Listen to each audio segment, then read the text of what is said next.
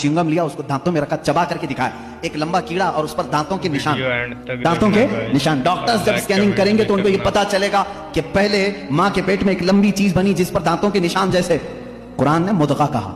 मुदगा क्या चीज है? जब अरबी में उसका तर्जुमा देखा गया तो ऐसी चीज जो लंबी हड्डी हो और उसमें जगह जगह से काटा गया, मुदगा उसको कहते हैं। और डॉक्टर्स कुल 100% इत्तेफाक करते हैं कि थर्ड स्टेज में जब ये बच्चे की विलादत आती है तो उसकी सिर्फ रीढ़ की हड्डी बनी होती है जो पीठ पर है, जिसमें जगह जगह गांठ है। ऐसा लगता है जैसे किसी ने किसी चीज को चबाया।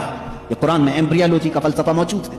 अगर ये स्टेजेस में बताऊं 9 महीने तक बोलना पड़ेगा ना, बच्चे की विलादत 9 महीने बाद होती है। एम्ब्रियोलॉजी की बहुत सारी चीजें। और अल्लाह, मैं आपको ये बताऊं सबसे पहले चीज क्या बनती है इंसान की, ये भी तहकीकात साइंस कर चुका है। सबसे पहले बच्चे के नुत्फे के बाद अलका, मुदगा और उसके बाद उस पर चमड़ी आती है, या जो भी 27 वीक्स, अगर 24 वीक्स होते हैं अगर प्रेगनेंसी के, तो सबसे पहले वो जनीन में सुनने की चीज आती है। क्या?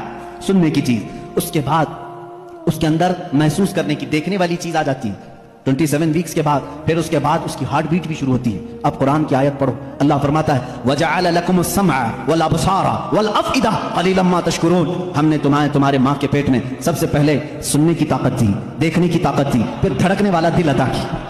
अल्लाह अल्लाह, ये तरतीब कहां से आई? ये उस जमाने में कुरान नाजिल हुआ जहां कोई खुर्दबीन नहीं थी, कोई माइक्रोस्कोप नहीं था, कोई टेलीस्कोप नहीं था, कोई सोनोग्राफी नहीं थी, कोई स्कैनिंग सेंटर नहीं था। जब कुरान ये बता रहा है, वो लोग उस वक्त माओं के पेट में कैसे बात जान सकते थे?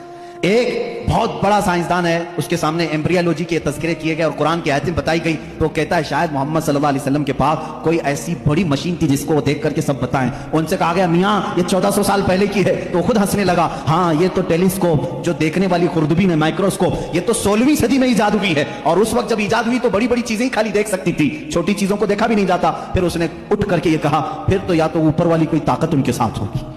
ये बातें अगर वो उस जमाने में बताए हैं तो फिर कोई और ताकत होगी। ये कुरान के उलूम है मेरे अजीजों, पढ़ो इस कुरान को, क्या नहीं है इसके अंदर। अब मैं अगर एम्ब्रियोलॉजी हो गई बात, उसके अलावा और